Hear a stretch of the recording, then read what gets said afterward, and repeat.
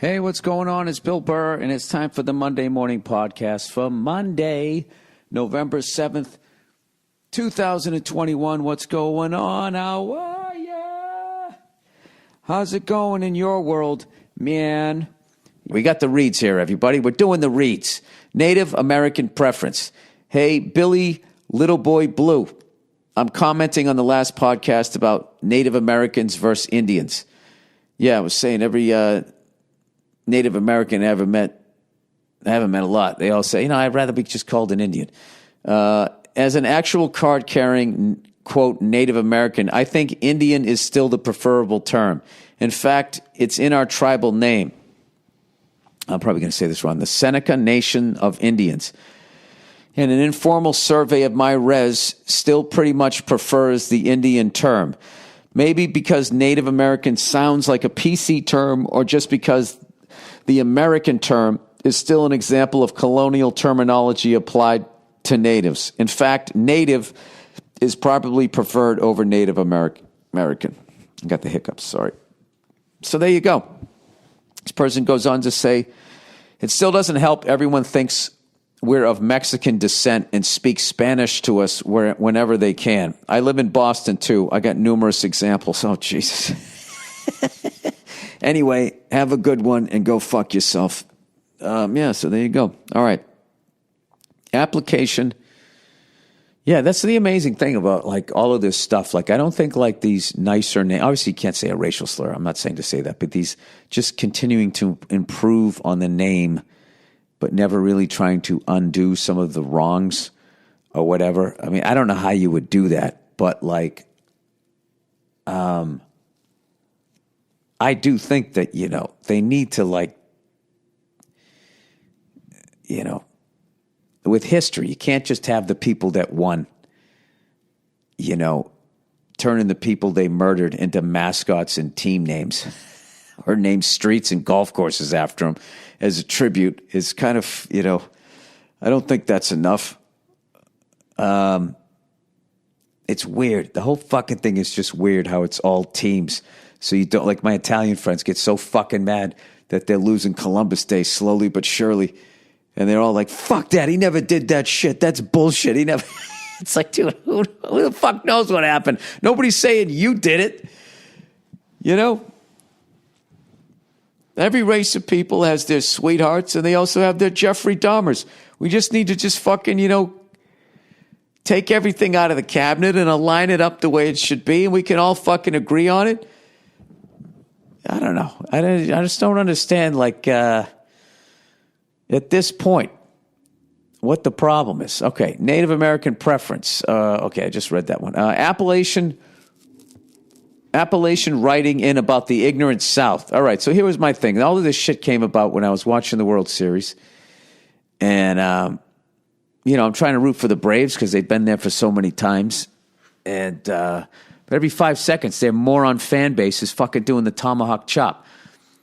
So, I don't know. I was just thinking about it, and I just came up with this theory that, maybe if Northern whites treated Southern whites better after the Civil War, or somehow got over the fact that they tried to secede from the Union, the bad blood ended, and they didn't, try to fiscally fuck them over and have prejudices against the accent and all that type of shit, and showed them some empathy, and late-night talk show hosts didn't constantly do jokes about Southerners, fucking their own sisters and hillbilly shit.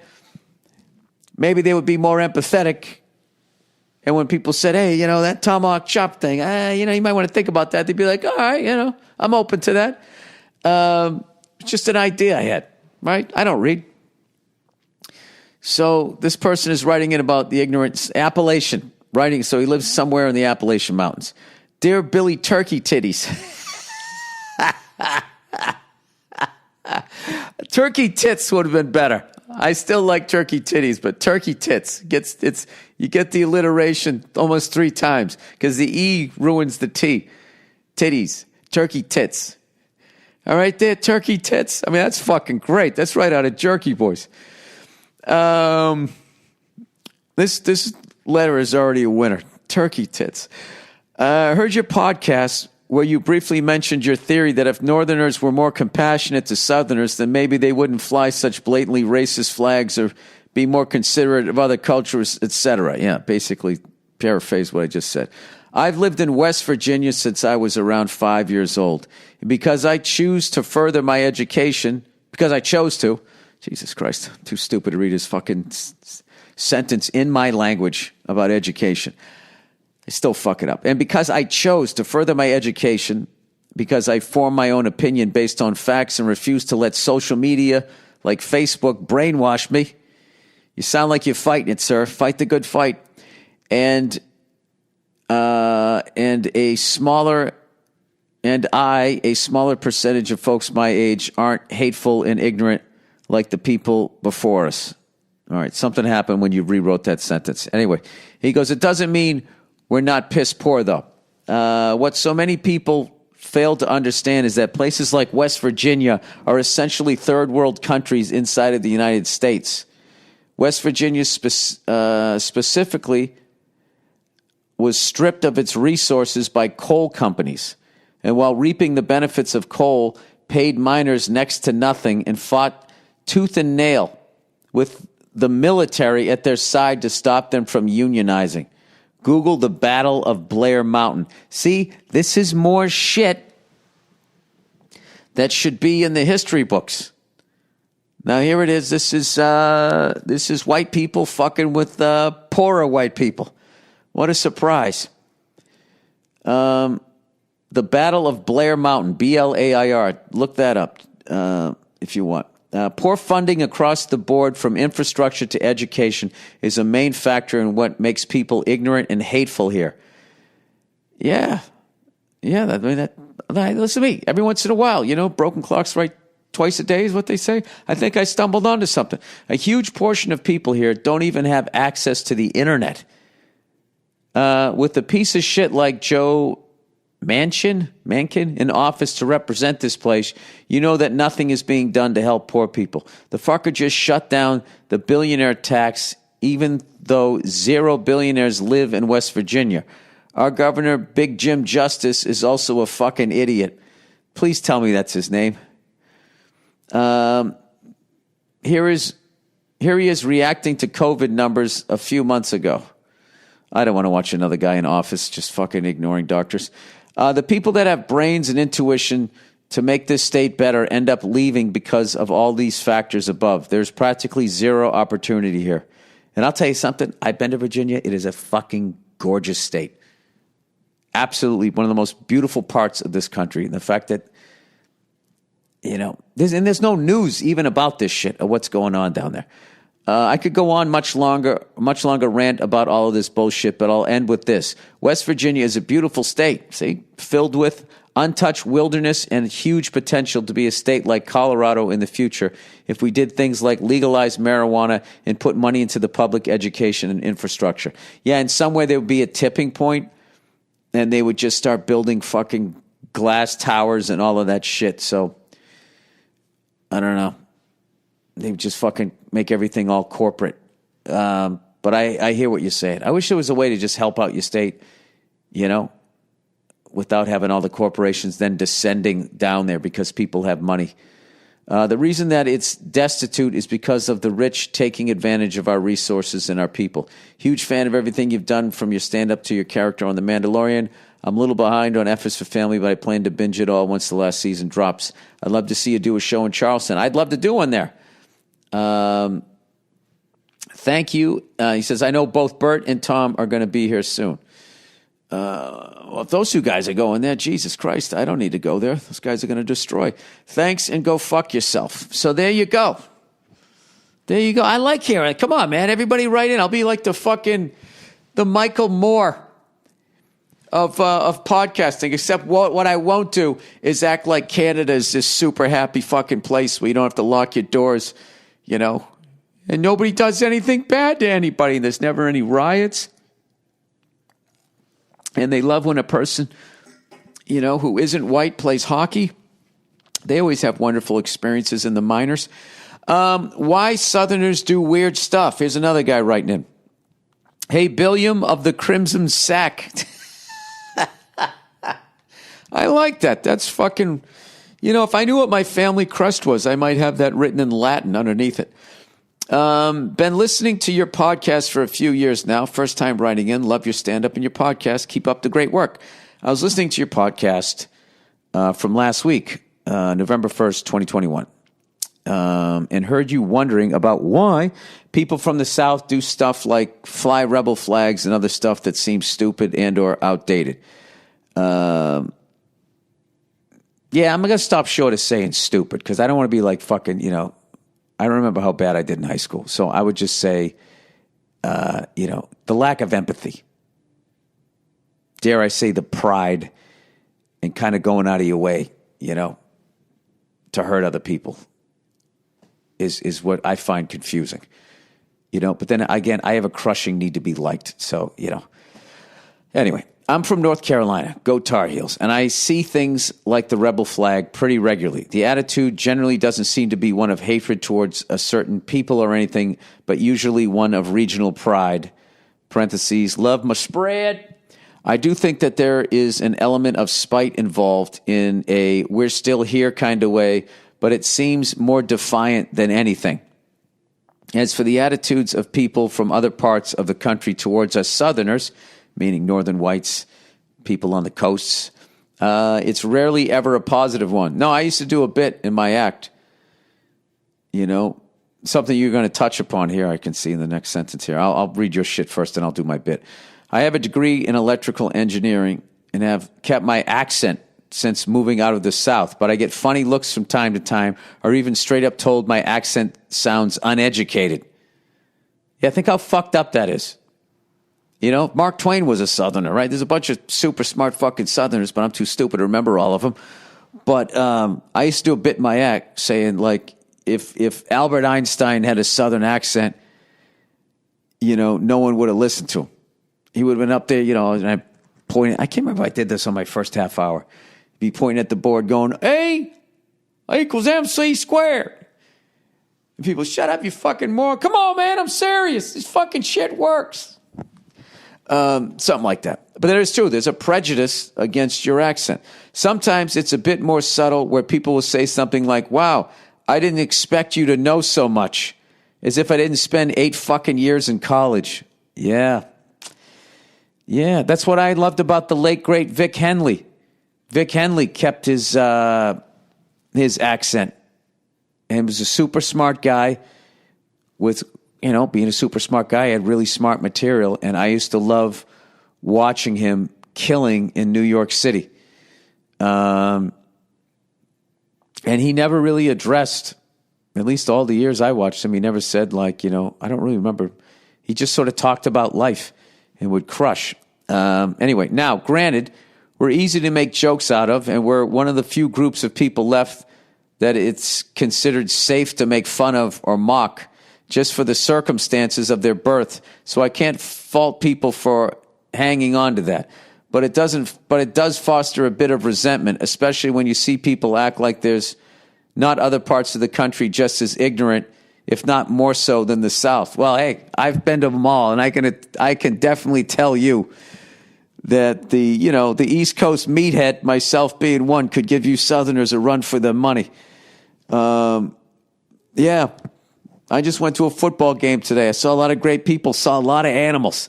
I mean, you go to a sporting event, the fucking animals come out. Yeah, so, yeah, there's one for you. I think just in general, if people, like, we're just going in this really bad direction of egos and name calling. And if people could just sort of fucking relax a little bit and just step back and kind of, we could go back to maybe a little common decency. But then, that doesn't even make sense because there was, air quote, common decency decades ago, I feel. But like a lot of other shit was worse. So I don't know. I don't know what the solution is. When's Jesus going to be done with that nap? I mean, when exactly how bad does it have to get before he comes back and is like, oh, Jesus, have to come back down there, fucking settle things down. Is that what he's going to do? He's like, settle things down? Like Like shit's getting out of control in this squared circle and he's going to come running out of the locker room like a fucking wrestler? Is that what's going to happen? All right, question. Hey, Billy Bucktooth. My name is Carson. I'm a 19-year-old from Iowa. I've been listening to your podcast for a little over 3 months now, and I'm a big fan. I listen to your shitty podcasts on my long walks to school and from school, and let me tell you, the stupid-ass looks I get from laughing at your jokes makes the walk even better. Oh, that's great. I got to get out there, man. I want to say I have a gig somewhere out there. I've got one question for you that I always try to ask people that look like they've made some mistakes. What's one thing / piece of advice you wish you could have heard around my age? Only one?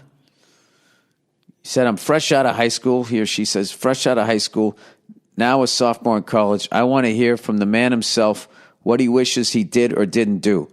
Should I do that bowl of meth or keep on rolling on with college and join the math team or some shit like that? Best of luck to you and keep rocking. All love from Iowa. Keep rocking, man. Fuck, the one piece of advice, dude. It's too big. It's too big. You know what? I love when I get like a variety pack from a cigar company. So why don't I do that? I'll give you a variety pack of shit that I wish. Don't be so hard on yourself. Walk up to her and say hello. Who gives a shit? Then you don't have to carry the fucking what if for the rest of your life. Don't get a credit card.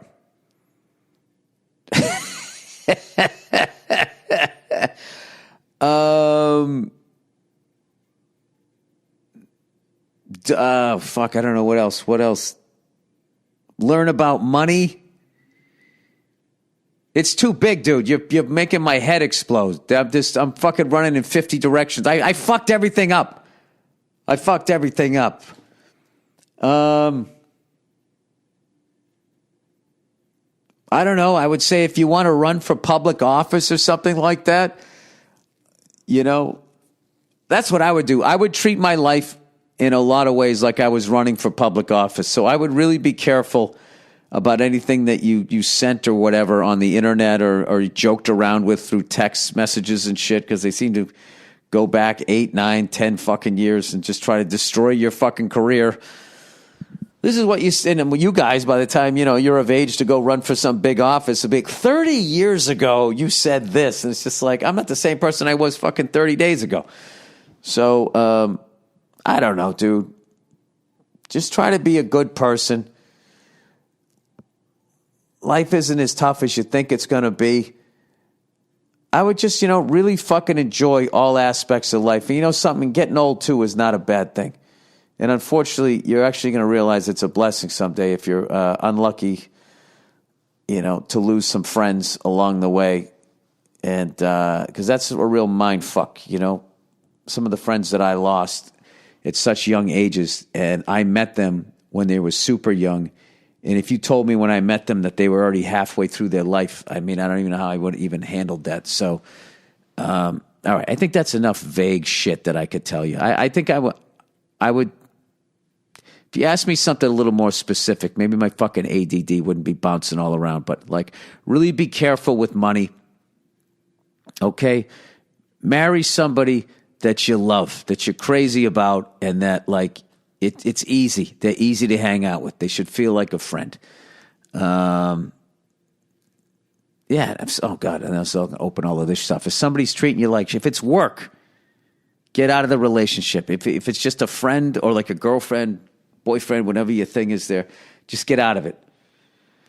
Just get out of it. Just if you have to just sit there and think to yourself, well, maybe if I acted this way, would things be better? That is right there. It's over. The second you're thinking like, unless they're calling you out on like my wife going like, you got to, quit yelling at fucking appliances in the kitchen. I mean, there's certain shit you have to fucking listen to, but other stuff you can just, if I'm like, okay, maybe if I pretend to like this kind of music, then will they not be upset with me or will they like me? Yeah, fuck all of that. Fuck all of that. And pay attention, as you move through life. If you start doing well and, people who you thought your friends started acting weird, yeah, you let them go too. That's how that works. And then one day, you're sitting alone in a fucking hotel room in San Jose with nobody to call. No, I'm kidding. I had to make a joke at the end. All right. Let's plow ahead here. That was the question. And then I got one last thing here, and then I got to go do my show. All right. Book recommendation. Dear Billy Book Smart.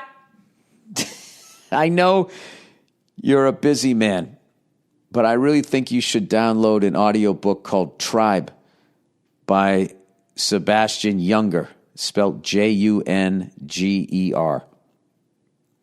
He's a writer who served in Vietnam and has spent his life learning about cultures from around the world. He details what it is that makes humans feel fulfilled. Oh, shit. Maybe the person who asked that other question, read this book instead of listening to my dumbass. Interesting things like the phenomenons of communities go through hard times and now in the present looking back on those times as the best times of their lives. Okay, I'm sorry, I didn't read that right. Interesting things like the phenomenon of communities going through hard times and now in the present looking back on those times as the best times of their life. Lots of it comes from how they connected and felt part of a group. It goes way beyond this.